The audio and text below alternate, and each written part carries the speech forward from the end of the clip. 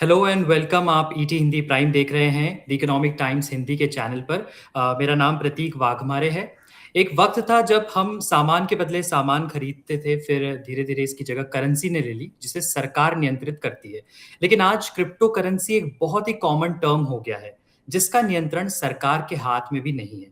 इसकी खासियत भी यही है कि इसे कोई कंट्रोल ही नहीं कर सकता। लेकिन अगर ये कंट्रोल में नहीं है तो ज्यादा रिस्की भी होगा। इसीलिए दो तरह की बातें खासकर भारत में एक साथ चलती हैं। एक तरफ लोग कह रहे हैं कि यही फ्यूचर है, टेक्नोलॉजी है, शानदार मौका है। लेकिन दूसरी तरफ डर भी उतना ही है कि स्कैम तो नहीं हो जाएगा, या फिर सरकार इसे आने वाले टाइम में बैन तो नहीं कर देगी, और या फिर हमारा पैसा तो नहीं डूब जाएगा। ये सारे सवाल हैं। लेकिन इन बड़े बड़े सवालों के बीच आप और हम जैसे आम निवेशकों के लिए ये समझना जरूरी है कि सच क्या है, क्रिप्टो क्या है, कैसे काम करता है, कितना रिस्की है, और किसके लिए है, किसके लिए नहीं है। क्या अपनी जेब में 500 रुपए रखने वाला भी क्रिप्टो में निवेश कर सकता है? पार्ट वन में हमारा मकसद सिंपल है, फैक्ट्स, रिस्क और रियलिटी को सीधे शब्दों में समझना, ताकि आप खुद तय कर सकें कि क्रिप्टो आपके लिए है या नहीं। तो यही सब समझाने के लिए हमारे साथ सीधे क्रिप्टो बाजार से, यानी क्रिप्टो एक्सचेंज कॉइन डीसीएक्स में एंटरप्राइज बिजनेस के वाइस प्रेसिडेंट प्रतीक गुप्ता है। बहुत बहुत स्वागत है सर आपका ईटी हिंदी प्राइम पर। Thank you thank you. I am very glad to be here. काफ़ी अच्छा लग रहा है। एंड ये जो टॉपिक है, जो भी आपने सब डिस्क्राइब किया कि क्रिप्टो करेंसी के बारे में, लोगों के अलग अलग मिथ्स होते हैं, अलग अलग मिसअंडरस्टैंडिंग्स होते हैं। मेरा हाँ जी। This is what I do as part of my day job. मैं दिन भर यही करता हूँ, लोगों से बात करके अच्छा। उन्हें क्रिप्टो करेंसी के बारे में समझाता हूँ। तो और मुझे काफ़ी अच्छा लगता है। दिस इज ये टॉपिक मेरे दिल के काफ़ी करीब है। तो glad that I am here. या सो बिजनेस एंटरप्राइज जैसे कि आपका डेजिग्नेशन है, तो इससे मतलब आप किस तरीके से क्रिप्टो को अवेयरनेस और ये सब करते हैं? श्योर। सो एंटरप्राइज का मतलब होता है बेसिकली कोई और बिजनेस, कोई और कंपनी। तो हम्म। कॉइनडीसीएक्स में ऑलरेडी हमारे पास 2 करोड़ से ज़्यादा रिटेल यूजर्स हैं जो हमारे प्लेटफॉर्म पे जो रजिस्टर्ड हैं और जो क्रिप्टो में ओके। ट्रेडिंग करते हैं। मेरा काम ये है कि जो दूसरी कंपनीज होती हैं, ट्रेडिशनल फाइनेंशियल इंस्टीट्यूशंस, जैसे ट्रेडिंग हम्म। डेस्क होते हैं, इन्वेस्टिंग हाउसेज होते हैं, फैमिली ऑफिसेज होते हैं, इन लोगों को, जो कि कोई एंड यूज़र नहीं है, जो कि कोई रिटेल यूज़र नहीं है, बट वो अपनी कंपनी बना के अलग-अलग तरीके से जो लोग ट्रेडिंग करते हैं, इक्विटीज़ में, कमोडिटीज़ में, हम्म। फॉरेक्स में, करेंसीज़ में, हम्म। उन लोगों से मैं मिलता हूँ। मैं उन्हें जाके एजुकेट करता हूँ कि क्रिप्टो करेंसी भी एक नई एसेट क्लास है और इसमें हम्म। इन ट्रेडिंग करने के क्या नुआंसेस हैं, क्या बेस्ट हम्म। प्रैक्टिसेस हैं, कैसे उनको अपना how can they go about investing and trading in this new and shiny asset class. हम्म। तो ये मेरा मेन काम है यहाँ पे। ओके। तो शुरुआत अब क्रिप्टो से बेसिकली वही करेंगे कि क्रिप्टो होता क्या है, क्योंकि जब मैंने भी पढ़ना जब शुरू में शुरू किया था तो समझ नहीं आता था कि ये है क्या एग्जैक्टली। तो 5-6 बार अलग अलग बार पढ़ना पड़ा, फिर थोड़ा बहुत समझ में आया। और अब जब भी कोई मुझसे पूछता है ना कि क्रिप्टो क्या है, तो मैं भी उसको मतलब अपनी लैंग्वेज में एक्सप्लेन करने की कोशिश करता हूँ। तो आपने भी अपनी तरीके से क्रिप्टो को समझा होगा, तो मैं भी चाहता हूँ कि आप उसी तरीके से क्रिप्टो या फिर क्रिप्टो करेंसी क्या है इसको समझाएं। जी, जी, बिल्कुल। सो क्रिप्टो करेंसी को हम 2 शब्दों में ब्रेक कर सकते हैं, राइट? क्रिप्टो और करेंसी, राइट? तो पहले मैं बताता हूँ कि करेंसी कैसे है और क्यों ये न्यू फॉर्म ऑफ करेंसी की हमें ज़रूरत पड़ी। तो एक्चुअली में जो बिटकॉइन से इस इन चीज़ों की शुरुआत हुई थी और बिटकॉइन इटसेल्फ की शुरुआत हुई थी 2008-9 में। एंड अगर आप टाइमिंग देखोगे तो that was immediately after the global financial crisis that happened in 2008, right? तो उसके बाद सतोशी नाकामोटो, जो कि बिटकॉइन के क्रिएटर हैं, जो कि आज तक भी एनोनिमस हैं, बट उनको ये लगा कि प्रॉब्लम इस यहीं पे है कि जो एग्जिस्टिंग फॉर्म ऑफ करेंसी है, करेंसी का मतलब होता है कि जिस medium of exchange for goods and services, right? पहले जैसे आपने बोला कि बार्टर सिस्टम होता था, उसके बाद हम लोगों ने हाँ। उसके बीच में बहुत सालों तक गोल्ड या सिल्वर बैक करेंसीज होती थी, राइट? उसके बाद आज हम जिस सिस्टम में रहते हैं, करेंसी के सिस्टम में, उसको हम लोग बोलते हैं फिएट स्टैंडर्ड, फिएट करेंसी का सिस्टम, राइट? वो फिएट करेंसी क्या होती है? सेंट्रल बैंक्स होते हैं हर कंट्री के, जैसे भारत में रिजर्व बैंक है, उनके पास, और ये गवर्नमेंट से अलग होते हैं, बट इनके पास पावर होता है डिसाइड करने का कि कब कितना, ये इसकी जो सप्लाई है फिएट करेंसी की, वो उसकी सप्लाई कब कितनी रखनी चाहिए, और फिर उस फिएट करेंसी के ऊपर आगे सारे जो आपके मॉनेटरी सिस्टम्स जो हैं, डाउनस्ट्रीम मॉनेटरी सिस्टम्स, वो सारे बने हुए हैं। क्या होते हैं ये डाउनस्ट्रीम मॉनेटरी सिस्टम्स? जैसे मनी हो गया। अब मनी के बेसिस पे आप मनी को आप यूज़ कर सकते हो ट्रेडिंग के लिए, कंजम्पशन के लिए, सर्विसेज खरीदने के लिए, बेचने के लिए। आप यूज़ कर सकते हो मनी को लेंडिंग, बोरोइंग के लिए, इन सब चीज़ों के लिए, राइट? हुँ, तो ये हुँ, सारी ही चीज़ें जो हैं, आप देखोगे कि 2 वर्ड्स पे आप ध्यान दो, ये सारी ही जो एक्जिस्टिंग जो मॉनेटरी सिस्टम है, वो उसमें 2 चीज़ें हो रही हैं। एक, वो सेंट्रलाइज़्ड हैं इन सम वे और द अदर। सेंट्रलाइज का मतलब है कि कोई एक ना एक एंटिटी है, या कोई एक पर्सन है, या group of people as an entity हैं, जो जो डिसाइड कर रहे हैं उस करेंसी का क्या होना चाहिए, कितनी सर्कुलेशन में कब होनी चाहिए, जिसको हम मनी सप्लाई बोलते हैं। वो मनी सप्लाई कितनी कब होनी चाहिए, उसको डिसाइड करने वाली कोई एक एंटिटी है, राइट? हुँ, सेंट्रलाइज। और इट्स ऑल्सो अ परमिशन्ड एनवायरनमेंट। जैसे आज आप बैंक में आप लोन लेने जाते हो, तो बैंक आपका सारे केवाईसी डॉक्यूमेंट्स वगैरह लेके, आपके ऊपर रिस्क एनालिसिस करके, तब वो बैंक डिसाइड करता है कि आपको कितना लोन देना चाहिए, कितना नहीं। तो ये एक तरीके से हुँ, बैंक परमिशन दे रहा है आपको कि हम आपको लोन दे सकते हैं कि नहीं, राइट? तो हुँ, ये सारी चीज़ों को टैकल करने के लिए, और अगर आप देखोगे कि बेसिकली पूरे हमारे मॉनेटरी सिस्टम को ज़्यादा डेमोक्रेटिक बनाने के लिए हुँ, क्रिप्टो करेंसी की शुरुआत हुई थी। कि डेमोक्रेटिक का मतलब होता है कि पावर लोगों के हाथों में दी जाए, राइट? सो ये हुँ, दोनों ही चीज़ें।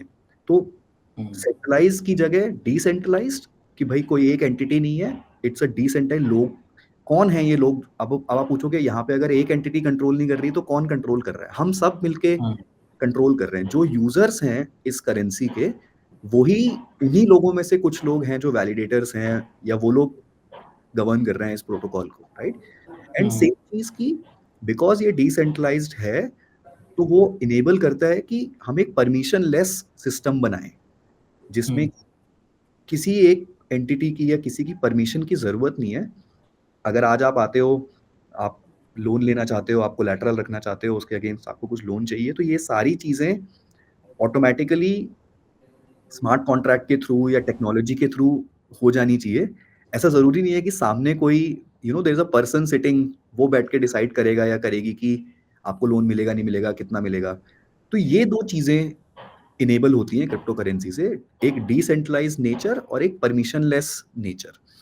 इसी हुँ, में अब थोड़ा एक स्टेप अगर हम आगे जाएँगे, तो क्रिप्टो करेंसी बहुत सारी होती हैं। उनमें से जो सबसे पुरानी और सबसे आज की तारीख में मार्केट कैप के हिसाब से जो बड़ी करेंसी है क्रिप्टो करेंसी, उसका नाम है बिटकॉइन। हुँ, उसकी मार्केट कैप पीक पे तो $3 ट्रिलियन तक भी गई है, अभी 2 से 3 ट्रिलियन डॉलर के बीच में होगी।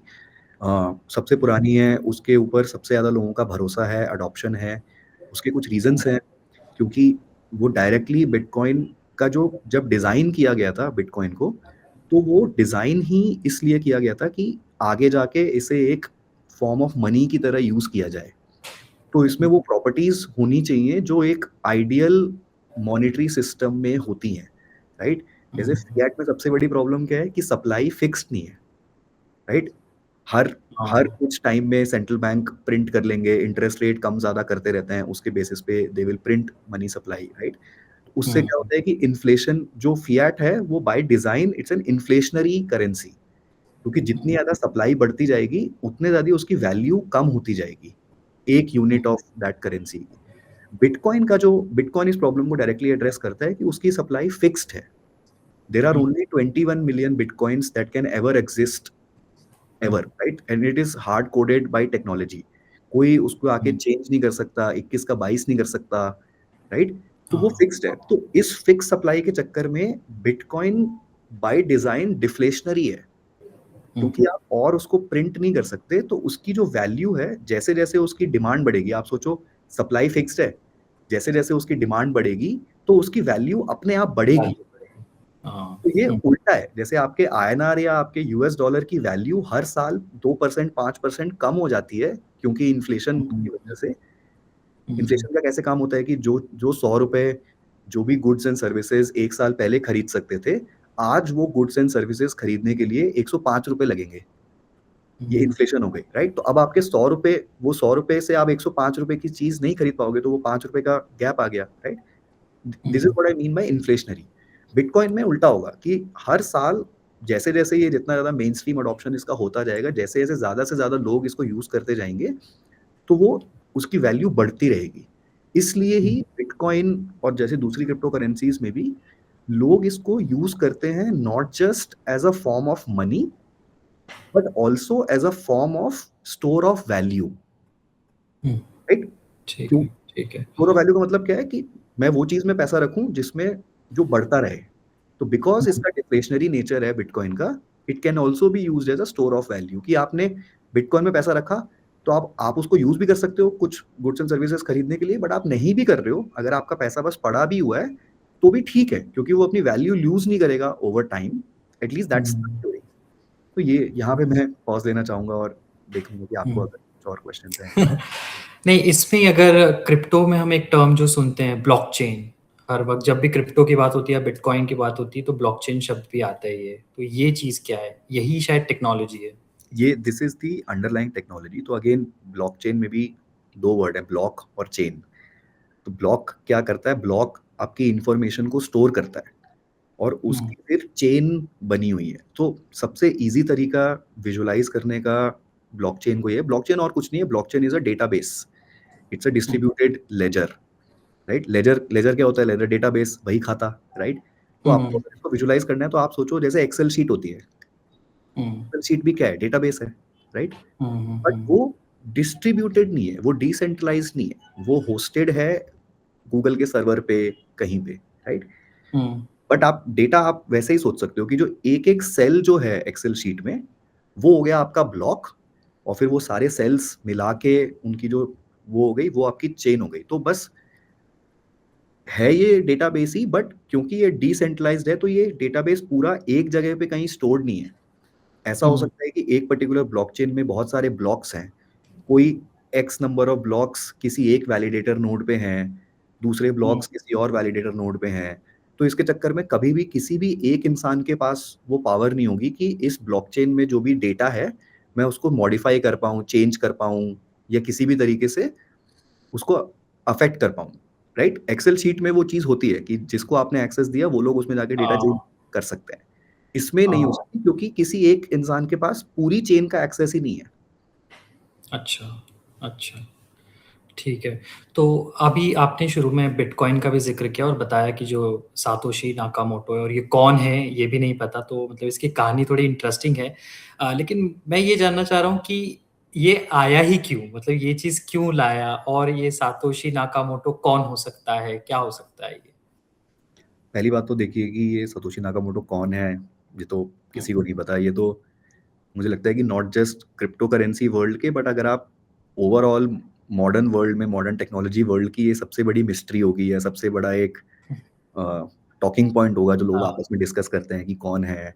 अलग-अलग लोगों का नाम आता है, कभी जैक डॉर्सी का, कभी किसी का, but there is no way to prove कि कौन है, राइट? हाँ, तो वो हाँ। उसको तो बस एक पॉप कल्चर रेफरेंस की तरह छोड़ देते हैं कि that is something to be discussed about. पर ये बट पर ये इसके ज़रूरी नहीं है कि कोई एक सिंगल पर्सन हो, ये एक एंटिटी भी हो कुछ सकती है। कुछ भी हो सकता है। वो एक 2 लोग, एंटिटी हो 3 सकती लोग है, या 3 शायद लोग, बहुत हाँ, हाँ। मतलब इट इट मतलब राइट, या तो वो सतोशी हुँ, नाकामोटो इकलौता कोई पर्सन है या फिर एक ग्रुप ऑफ लोग हैं या फिर कोई एक्चुअली में कोई ऑर्गेनाइज़ेशन है, जिन्होंने ये हाँ, किया, बट उन्होंने सामने से ऐसे ये वाले नाम बताए।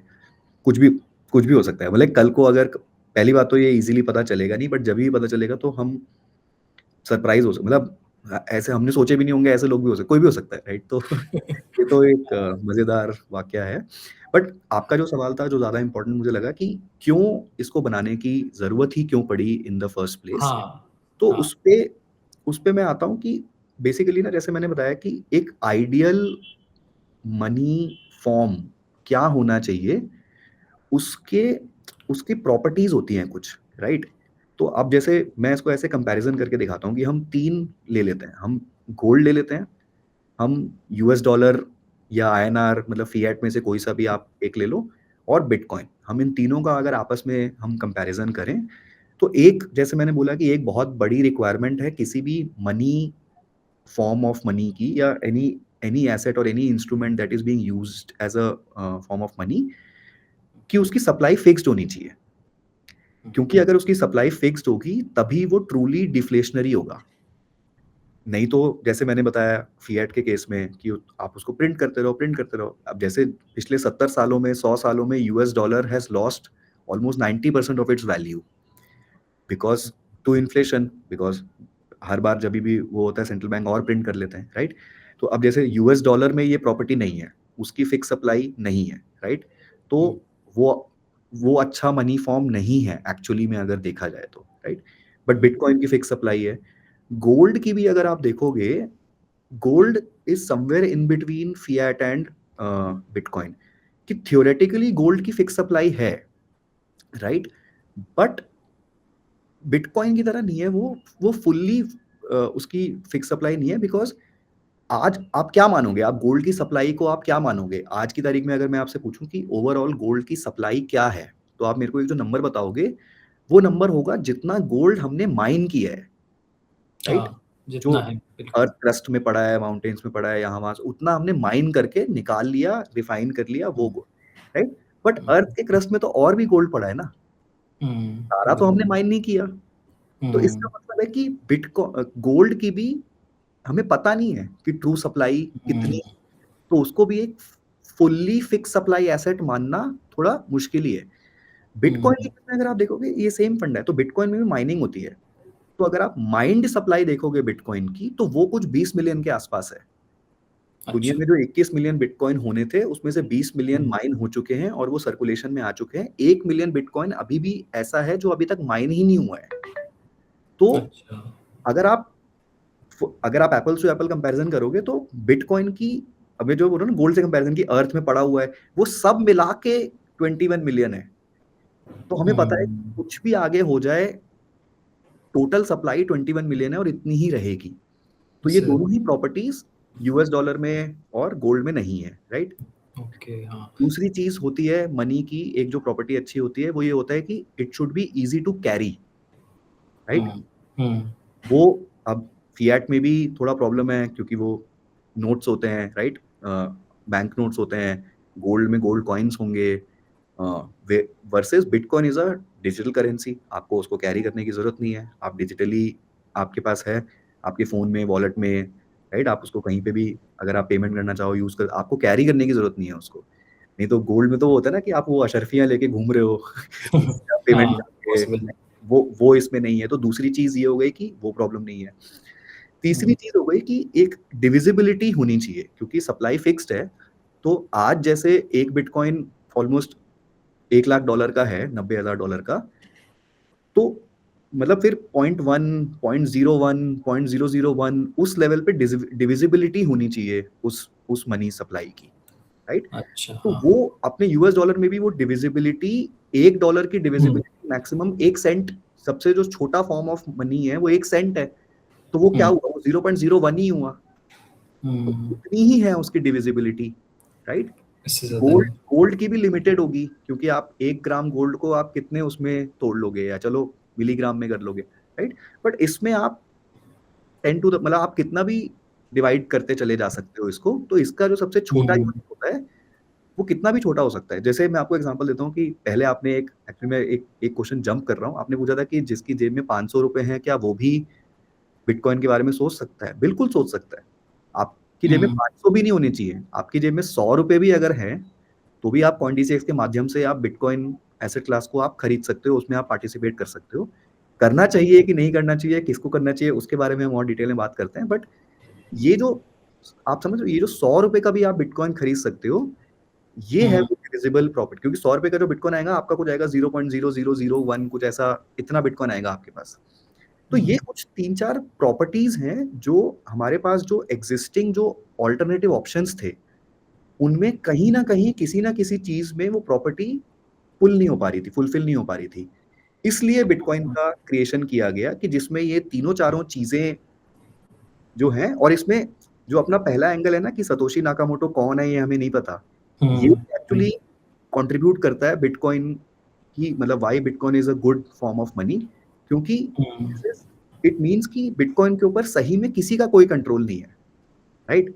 गोल्ड गोल्ड में भी ऐसा हो सकता है कि जो, मतलब जो पहले के राजा महाराजा होते थे जिनके पास गोल्ड होर्डिंग होती थी, वो लोग उसको मैनिपुलेट कर सकते थे, कर सकते थे, या हाँ। एटलीस्ट पता है आपको कि किसके पास है, किसके पास नहीं है, राइट? हुँ, बिटकॉइन में तो हमें वो क्रिएटर ही नहीं पता उसका, तो वो कुछ बोले ना बोले, कुछ करे ना करे, उसका कोई इफेक्ट ही नहीं होगा बिटकॉइन की प्राइस या उसकी सप्लाई या इन सब चीजों पे। तो ये कुछ एग्ज़ैक्ट रीजंस हैं जिनकी वजह से बिटकॉइन में वो सारी प्रॉपर्टीज हैं कि एक अच्छा स्टेबल मनी हुँ। फॉर्म हो सकता पर अब एक तो जैसे आपने ट्रांसफ़र वाली बात बताई तो कैरी कर सकते हैं, वो तो करेंसी में अब ख़ैर पॉसिबल होता जा रहा है धीरे-धीरे, ई-रूपी आने वाला है या फिर यूपीआई है। ख़ैर लेकिन फिर भी आप मैं वापस सातोशी नाकामोटो पे आऊँगा, वो काफ़ी इंटरेस्टिंग हो गया है।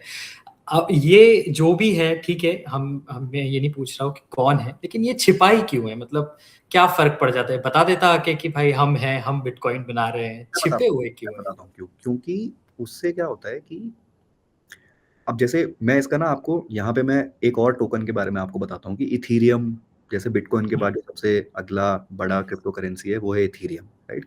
हुँ, इथीरियम में भी ये बहुत सारी प्रॉपर्टीज़ हैं जो बिटकॉइन में हैं, कुछ-कुछ चीज़ें नहीं हैं। एक इथीरियम हुँ, में इथीरियम का जो डिज़ाइन ही किया गया था, वो मनी बनाने के लिए नहीं किया गया था।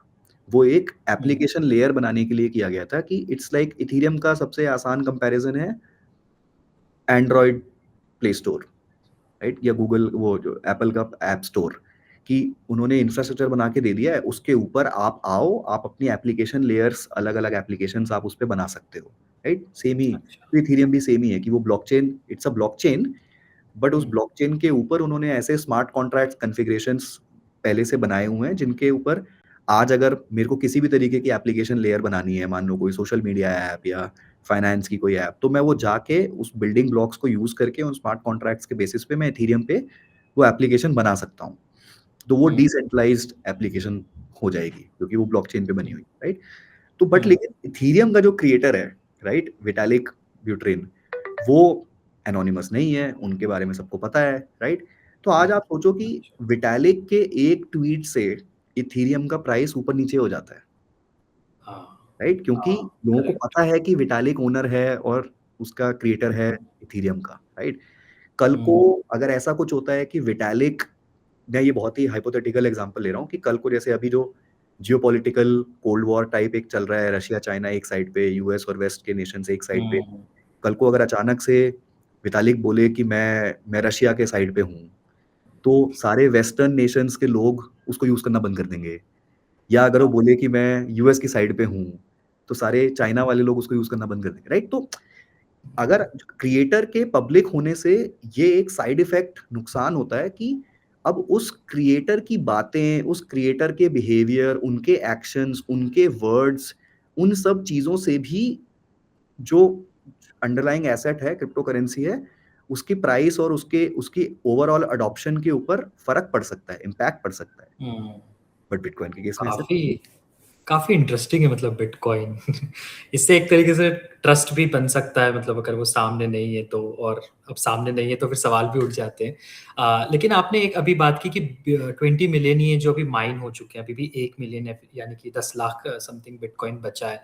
तो ये माइन कौन करता है? मतलब क्या कोई भी कर सकता है या ये कोई आपके मेरे जैसे कोई भी लोग माइनिंग कर सकते हैं। उसका मतलब आप अच्छा। इंटरनेट में जाइए, उसका एक प्रोसीजर है। हुँ, क्या-क्या आपको सेटअप चाहिए। आजकल तो मतलब पहले तो ऐसा होता था कि आपको एक्चुअली में एक माइन सेटअप करनी पड़ेगी, जिसमें कि अच्छा तो एक मैं ये भी बात बताता हूँ कि क्रिप्टो करेंसी की माइनिंग के टाइम पे और जो भी जब क्रिप्टो के ट्रांज़ैक्शंस भी होते हैं, तो कुछ एनर्जी कंज़्यूम होती है, हुँ, राइट? तो वो एनर्जी का सोर्स होना पड़ेगा कोई, या तो इलेक्ट्रिकल ग्रिड से आप लेके आ रहे हाँ, हो या आपके पास किसी और तरीके का पावर सोर्स है।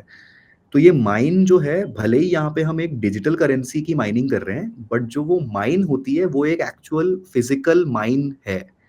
मतलब यूएस हुँ, में, रशिया में, कज़ाकिस्तान में काफ़ी जगहों पे लोगों ने ये माइन्स सेटअप कर रखे हैं, जहाँ पे उनको क्या-क्या चाहिए, उनको कंप्यूट पावर चाहिए, उनको पावर सोर्स चाहिए, ये 2 चीज़ें अगर आपके पास हैं, तो आप एक माइनिंग ऑपरेशन सेटअप कर सकते हो।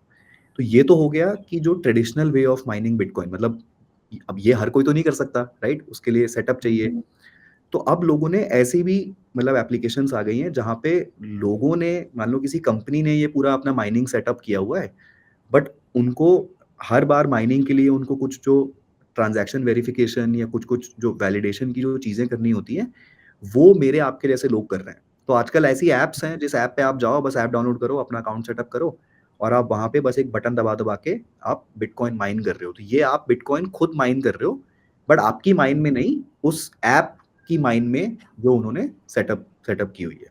तो सिंपल आंसर ये है कि येस, कोई भी माइन कर सकता है। अच्छा।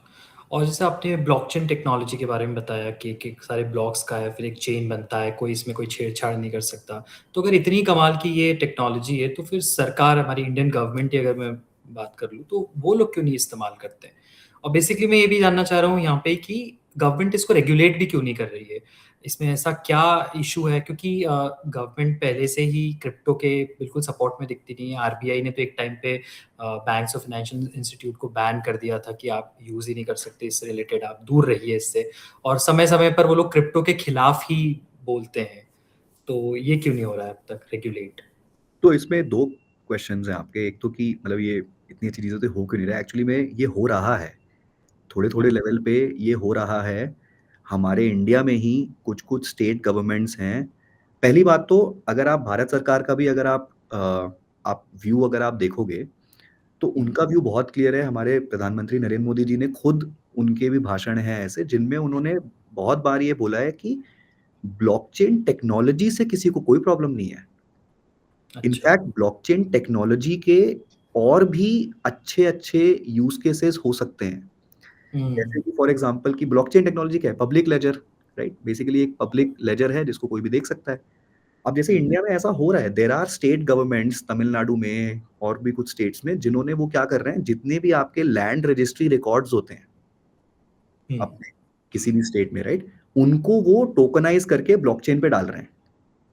ताकि अब कोई भी कभी भी जैसे आज की तारीख में आज आप कोई लैंड खरीदते हो, राइट? तो बहुत मुश्किल होता है ये पता लगाना कि इसके पहले इसकी ओनरशिप किसकी थी, उसके पहले इसकी ओनरशिप किसकी थी, राइट? ये डेटा ईज़िली अवेलेबल नहीं है और अगर अवेलेबल भी है तो एक परमिशन्ड सेटअप में अवेलेबल है कि आपको कुछ किसी से परमिशन चाहिए होगी। बट अगर आप द मोमेंट आप इसको ब्लॉकचेन पे डाल दोगे, अब दुनिया में बैठा कोई भी आदमी कहीं पे भी इस डेटा को देख सकता है कि अच्छा ये पर्टिकुलर लैंड पार्सल के क्या ओनरशिप स्ट्रक्चर है, क्या उसकी हिस्ट्री है, ऐसा-वैसा, राइट? यही हुँ, चीज़ हम इलेक्शंस में यूज़ कर सकते हैं कि इलेक्शन का जो पूरा वोटिंग का जो डेटा होगा वो एक जगह पे होगा ही नहीं, हुँ, राइट? आप जो ईवीएम में आप वोट डालते हो, आप सोचो वो वोट भी आज की तारीख में कहीं स्टोर होता होगा, हुँ, राइट? ठीक है। बट अगर वो एक ही जगह पे स्टोर हो रहा है, तो फिर वो एक वल्नरेबल बन गया कि अब इसमें कोई हैकिंग अटैक आ सकता है, ये सब चीज़ें हो सकती हैं। बट हुँ, अगर वो डिसेंट्रलाइज़्ड तरीके से स्टोर हो रहा है, तो वो ज़्यादा सेफ हो गया। अब आप हैक करोगे कैसे? हर ब्लॉक अलग-अलग कंप्यूटर पे है, अलग-अलग वैलिडेटर नोड पे है, राइट? हुँ, तो इसके बहुत सारे ब्लॉकचेन टेक्नोलॉजी के बहुत सारे तो क्रिप्टो करेंसी जो है वो एक एप्लीकेशन है ब्लॉकचेन हुँ, टेक्नोलॉजी की। It's not the only application of blockchain technology.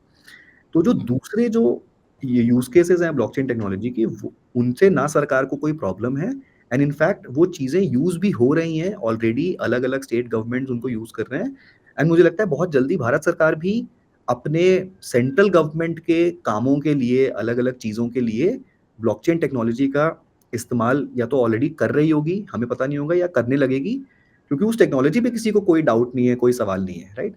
अब बात आती हुँ, है कि जो भारत सरकार का क्रिप्टो करेंसी को लेके जो पूरा स्टैंस है, वो देखिए इसमें 2 बातें हैं। एक बात ये है कि कोई भी जब नई टेक्नोलॉजी आती है, किसी भी चीज़ में और ये चीज़ सिर्फ़ क्रिप्टो के साथ नहीं है, एआई के भी साथ ये चीज़ हो रही है कि एआई भी कितना अच्छा है वर्सेस उसके क्या डाउनसाइड, साइड इफ़ेक्ट्स हो सकते हैं, लोग उसको स्टडी करने में लगे हुए हैं, राइट? हुँ, कोई भी हुँ, इंटरनेट भी जब पहली बार आया था तो लोगों को लगता था कि इससे पता नहीं क्या दुनिया बदल जाएगी, क्या होगा, क्या नहीं होगा। लेकिन अगर आपको पता होगा तो सबसे पहले इंटरनेट का जो मास अडॉप्शन हुआ था वो पॉर्न इंडस्ट्री में हुआ था। जो अच्छा। लोगों ने सोचा ही नहीं था कि अरे! इसका ऐसे भी हुँ, इस्तेमाल हो जाएगा, बट वो हो गया। उसके बाद फिर हुँ, एजुकेशन के लिए, सोशल मीडिया के लिए, बाकी चीज़ों के लिए यूज़ होने लगा। तो कहने का मेरा मतलब है कि जभी भी कोई नई टेक्नोलॉजी आती है, तो जो रेगुलेटर्स हैं, जो सरकारें हैं दुनिया भर में, नॉट जस्ट भारत सरकार, दुनिया भर में सारी सरकारों को मैं तो बोलूँगा कि उनको वो एक कॉशियस स्टैंड लेते हैं उसपे और वो लेना भी चाहिए। जब हुँ, तक कोई नई टेक्नोलॉजी के बारे में अच्छी तरीके से समझ में नहीं आ जाएगा कि इसके क्या फ़ायदे, क्या नुकसान हो सकते हैं, तब और सरकार का वही तो काम है, राइट? कि उसको मीनिंगफुली रेगुलेट करना कि अच्छा इसके ये अच्छे इस्तेमाल आप कर लो। जैसे यूरेनियम को देख लो, राइट? यूरेनियम का इस्तेमाल हो सकता है न्यूक्लियर पावर रिएक्टर्स बनाने के लिए, राइट? जिनसे बहुत सारे घरों में इलेक्ट्रिसिटी आ सकती है। बट यूरेनियम का इस्तेमाल ऐसे भी हो सकता है कि उससे आप न्यूक्लियर बॉम्ब बना लो, राइट? हुँ, हुँ, अंडरलाइंग चीज़ तो सेम ही है, यूरेनियम, राइट? अब हुँ, सरकार वो फ्रेमवर्क बनाती है इस तरीके का कि इसका सही इस्तेमाल तो अच्छे से हो बट गलत इस्तेमाल ना हो। तो उसके लिए सरकार को वो समझना भी पड़ता है। तो मुझे ऐसा लगता है कि और इसमें दूसरा एलिमेंट ये है कि यहाँ हम सिर्फ़ किसी टेक्नोलॉजी की बात नहीं कर रहे। यहाँ हुँ, हम एक पूरे के पूरे नए मॉनेटरी सिस्टम की बात कर रहे हैं। तो हुँ, बिल्कुल मैं तो कहूँगा कि सरकार का बनता है कि वो इट्स नॉट अबाउट कि आप कितना टाइम ले रहे हो, इट्स अबाउट कि आप अच्छे से समझ रहे हो कि नहीं उस टेक्नोलॉजी को और उस मॉनेटरी सिस्टम को। आपके पास हुँ, राइट एडवाइज़र्स हैं कि नहीं, एक्सपर्ट्स हैं कि नहीं, आपने इंडस्ट्री के जो सब्जेक्ट मैटर एक्सपर्ट्स हैं, उन लोगों को एंगेज किया है कि नहीं और फिर फाइनली जो आपने फ्रेमवर्क बनाया है, रेगुलेटरी फ्रेमवर्क बनाया है, वो ऐसा हो कि जैसे मैंने पहले कहा कि अच्छी चीज़ों के लिए तो उसका इस्तेमाल अच्छे से हो सके बट जो गलत चीज़ें हैं, उनको उनको हुँ, कर्ब करने के भी नियम कानून बने हों। एंड इसमें मैं थोड़ा ये भी लोगों को एजुकेट करना चाहूँगा ये मौका लेके कि ऐसा नहीं है कि क्रिप्टो इंडिया में लीगल है या उसके ऊपर हुँ, बैन है। Crypto currency virtual digital asset के माध्यम से आज की तारीख में इंडिया में किसी के भी खरीदने, बेचने, ट्रेडिंग करने के लिए लीगल है। इनफैक्ट उसका एक टैक्स फ्रेमवर्क है, 1% टीडीएस लगता है, 30% प्रॉफिट पे टैक्स लगता है। उन टैक्सेस को आप जब अपना आईटी रिटर्न फाइल करते हो, तो वहाँ पे अलग से एक सेक्शन है, ये डिक्लेयर करने के लिए, वर्चुअल डिजिटल एसेट इनकम को। अगर आपने कभी किसी एक्सचेंज से, मान लो कॉइनडीसीएक्स से अगर आपने क्रिप्टो खरीदा-बेचा है, तो वो आपके 26 एआईएस पे रिफ्लेक्ट भी करेगा। हुँ, ऐसी कोई चीज़ जिसका जिसके बारे में गवर्नमेंट का ऐसा इंटेंशन होता कि नहीं ये तो अच्छी चीज़ नहीं है, नहीं इसको तो बैन कर देते हैं। वो चीज़ आपके इनकम टैक्स रिटर्न या 26 एआईएस तक नहीं पहुँचती। हुँ, तो ओके। इसलिए लीगल है बट इसका और बेहतर रेगुलेटरी फ्रेमवर्क है, ये सरकार अभी बना रही है। हम लोग भी उनसे एंगेज करते हैं, हमारे जो सीईओ हैं सुमित, वो भी काफ़ी एक्टिवली एंगेज करते हैं रेगुलेटर्स से फाइनेंस मिनिस्ट्री से अ, उनको बताने के लिए कि किस तरीके के जो रूल्स रेगुलेशंस हैं वो मीनिंगफुल हो सकते हैं इंडस्ट्री के लिए क्योंकि सरकार का भी ऑब्जेक्टिव वही है जो हमारा ऑब्जेक्टिव है, कि हुँ, इस चीज़ का अच्छे से इस्तेमाल हो और बहुत बड़ी इंडस्ट्री बने, लाखों लोगों की जॉब लगे, हमारे देश का भला हो, जीडीपी बढ़े, बट इसका नेगेटिव इम्पैक्ट ना हो। यही उनका भी मकसद है, यही हमारा भी मकसद है, हम लोग सब साथ में काम कर रहे हैं to figure out the right framework. तो आपने जैसे अभी बिटकॉइन, एथेरियम ये 2 नाम तो लिए, तो ऐसे अंदाज़न कितनी क्रिप्टो करेंसीज़ होंगी? और इसी में एक और चीज़ कि जैसे अलग-अलग क्रिप्टो करेंसीज़ के क्या अलग-अलग पर्पज़ है या फिर सब सेम पर्पज़ ही हैं?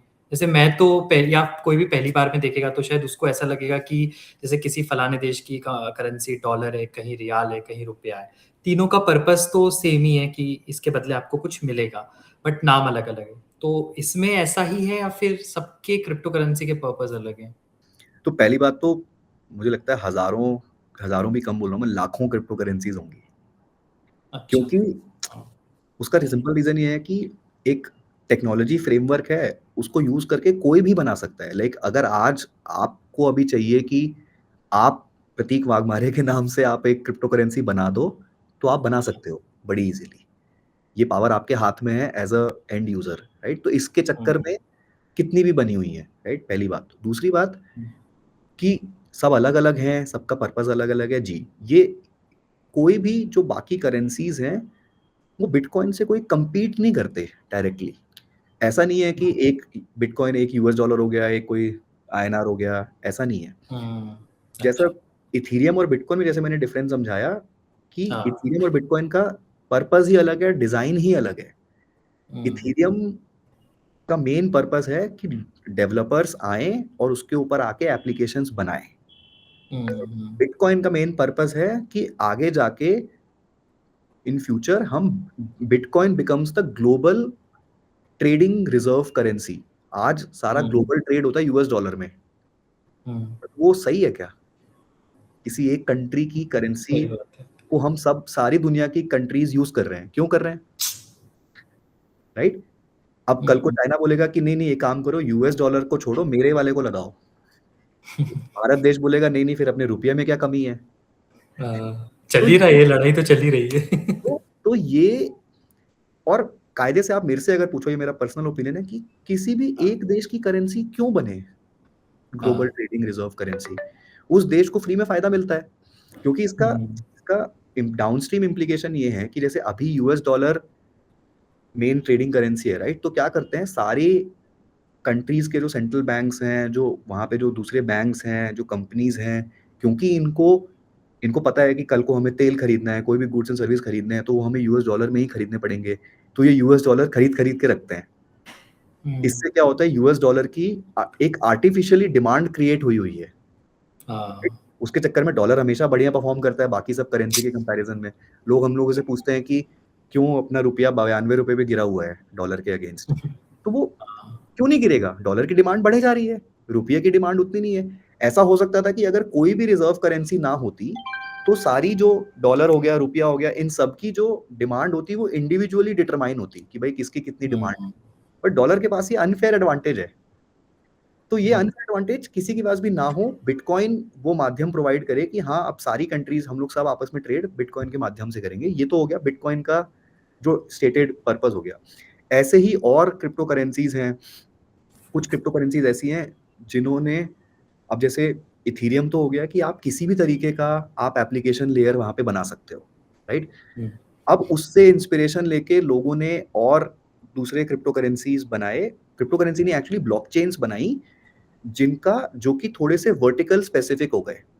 वर्टिकल स्पेसिफिक मतलब कि अगर आपको किसी भी फाइनेंस से रिलेटेड अगर आपको कोई भी एप्लीकेशन बनानी है, तो आप हमारी वाली ब्लॉकचेन यूज़ कर लो। इथेरियम वो तो जनरल ब्लॉकचेन हो गई, वो ऑप्टिमाइज़ नहीं है। फाइनेंस में जो चीज़ें चाहिए होती हैं कि ट्रांज़ैक्शन फ़ास्ट हो, सेटलमेंट इंस्टेंट हो, पैसे की सेफ्टी हो, सिक्योरिटी हो, राइट?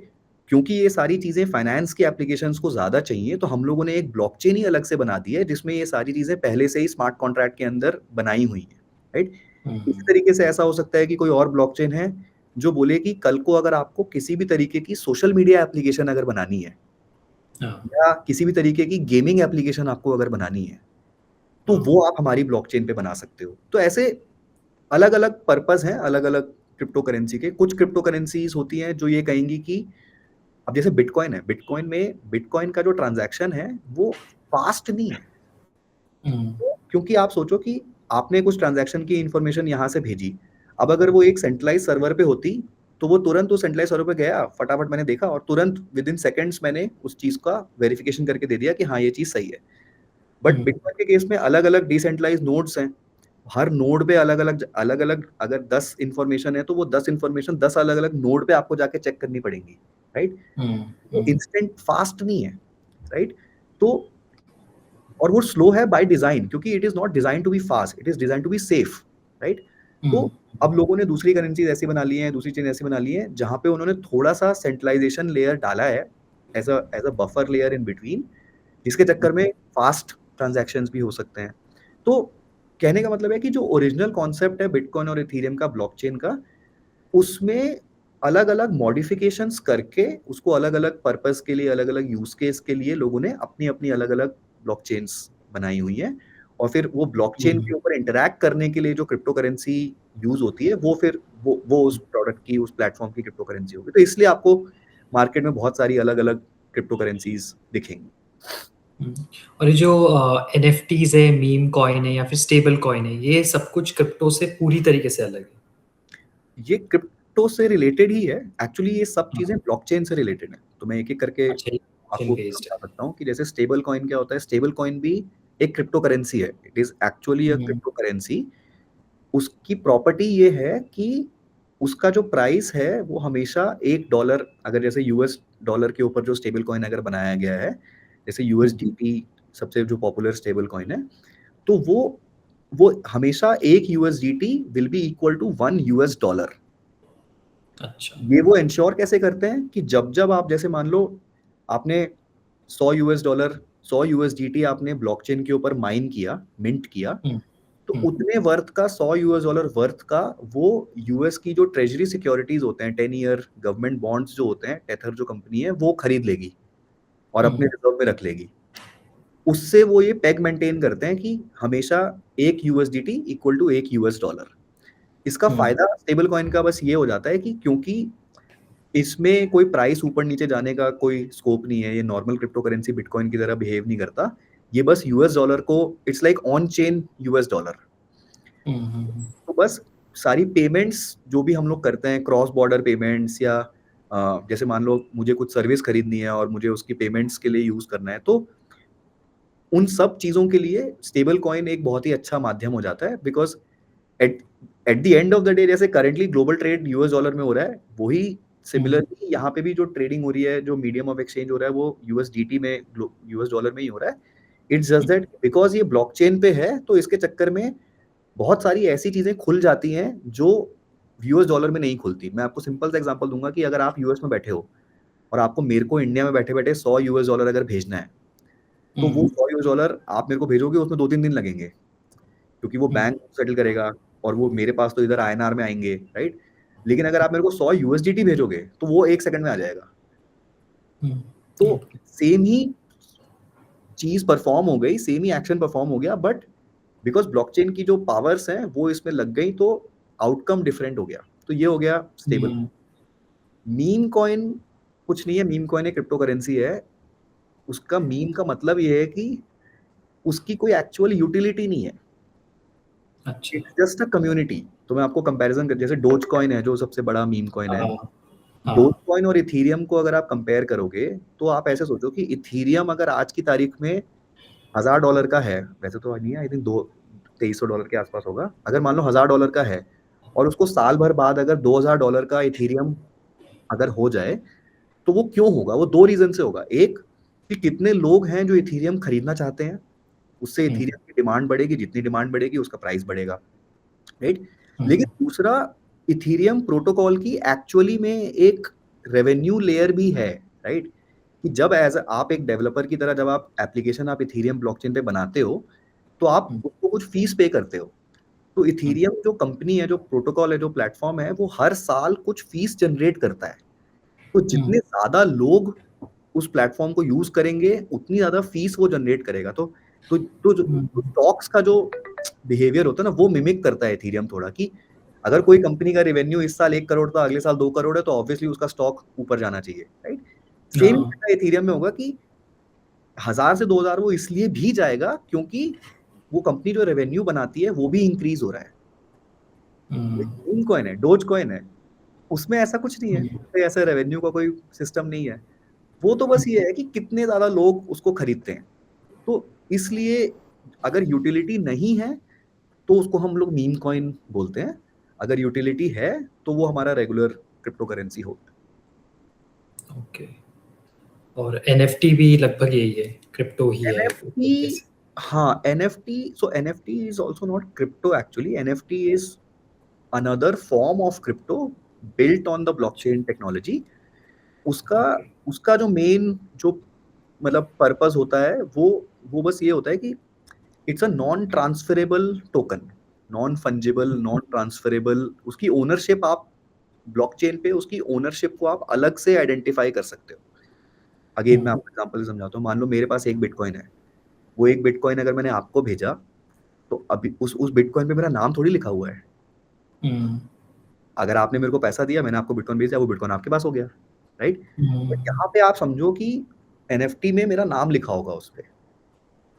तो हुँ, अब अगर मैं आपको वो बेच भी रहा हूँ, तो भी मतलब उसकी ओनरशिप मेरी मेरी है। तो मतलब ओनरशिप ट्रांसफ़र होनी पड़ेगी आपके ऊपर और फिर वो हमेशा आपके पास रहेगा। तो उसका यूज़ केस मतलब जनरली अलग-अलग तरीकों से जैसे यूज़ करते हैं कि जैसे मान लो आपको कोई कॉन्सर्ट जाना है, तो उस कॉन्सर्ट का टिकट हुँ, एक एनएफटी हो सकता है। तो अब वो टिकट आप ही यूज़ कर सकते हो, कोई और यूज़ ही नहीं कर सकता क्योंकि वो लिंक हाँ, ही आपकी पर्सनैलिटी से, आपके उनसे लिंक्ड है। हुँ, फिजिकल टिकट तो ऐसा होता है ना कि किसी और को मिल गया तो वो चला जाए, लेकिन यहाँ पे हुँ, कांसेप्ट नहीं है, वैसा आप बोल सकते हो एनएफटी। और ये मैंने भी बहुत सिम्प्लिफाइड बताया है, बाकी तो मैं चाहूँगा कि हुँ, अगर लोगों को जानना है तो वो और पढ़ें इस चीज़ के बारे में, बट हुँ। मोटे-मोटे लेवल पे ये एक है।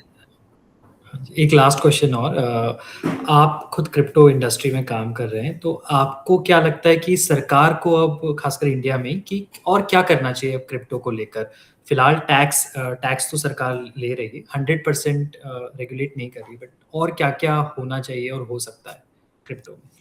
कुछ चीज़ें हैं, एक तो बहुत ही मतलब एक ये है कि आज की तारीख में एक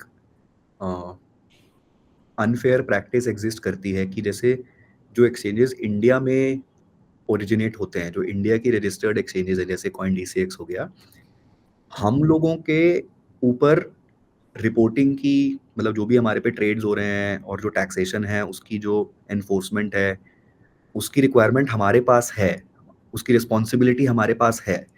बट जो ग्लोबल एक्सचेंजेस हैं, जो इंडिया के बाहर की बड़ी कंपनियां हैं, उनमें से काफ़ी लोगों के ऊपर वो रिक्वायरमेंट, वो रिस्पॉन्सिबिलिटी नहीं है। तो हुँ, इससे क्या होता है, लोगों में एक वो भ्रम पैदा हो जाता है कि अगर आप इंडिया की कंपनी में अगर आप क्रिप्टो ट्रेडिंग करोगे तो आप पे टैक्स लगेगा, लेकिन आप बाहर की में करोगे तो टैक्स नहीं लगेगा। जबकि ऐसा सच नहीं है, टैक्स तो टैक्स है, राइट? बट हाँ, यहाँ पे अगर सरकार वो फ्रेमवर्क जो बना भी रही है उसको और अगर रोबस्ट करे कि जो भी कोई भी ऐसी प्लेटफ़ॉर्म जहाँ से इंडिया का कोई भी सिटिज़न, इंडिया का कोई भी यूज़र उस प्लेटफ़ॉर्म पे अगर crypto currency buy buy sell trading कर रहा है, तो उनका सिमिलर रिपोर्टिंग रिक्वायरमेंट्स हो। एक तो ये है, ताकि यूज़र्स के लिए यूज़र्स की चॉइस इस पे बेस होनी चाहिए कि प्लेटफ़ॉर्म अच्छा कौन-सा है। इस पे नहीं बेस हुँ, होनी चाहिए कि किसमें मुझे लगता है टैक्स लगेगा, किसमें नहीं लगेगा, राइट? क्योंकि वो रूल्स तो सबके लिए हुँ, सेम ही होने चाहिए। दूसरा क्या है कि अभी एक 1% टीडीएस लगता है, हर ट्रांज़ैक्शन पे।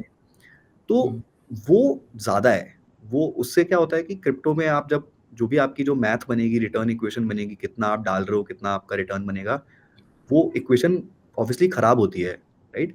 और इसका जो पर्पस है गवर्नमेंट का, वो यहाँ पे 1% टीडीएस टैक्सेशन नहीं है, क्योंकि टीडीएस तो आप क्लेम कर सकते हो अपने इनकम टैक्स बिल्कुल, रिटर्न के बाद में। हुँ, वो हुँ, रिपोर्टिंग को स्ट्रीमलाइन करने के लिए उन्होंने टीडीएस लगा रखा है, राइट?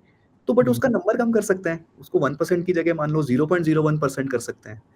तो भी हुँ, वो अपना जो रिपोर्टिंग वाला जो रिक्वायरमेंट है, वो तो वो सेम इनेबल करेगा, बट जो कंज्यूमर्स हैं, जो यूज़र्स हैं, जो बाय सेल कर रहे हैं, उनके ऊपर वो टैक्स का लोड नहीं आएगा।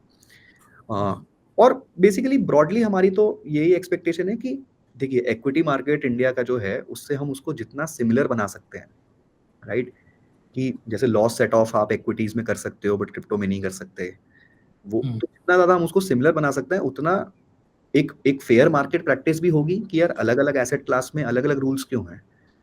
सबके हुँ, साथ होनी चाहिए। और दूसरा, जो निवेशक हैं, जो यूज़र्स हैं, उनके लिए भी आसान होगा ये समझना। वो थोड़ी हुँ, ना याद रखेंगे कि अच्छा कमोडिटी में ये टैक्सेशन होता है, क्रिप्टो में ये टैक्सेशन होता है, इक्विटी में ये होता है। तो वो उनके लिए भी ज़्यादा आसान हो जाएगा।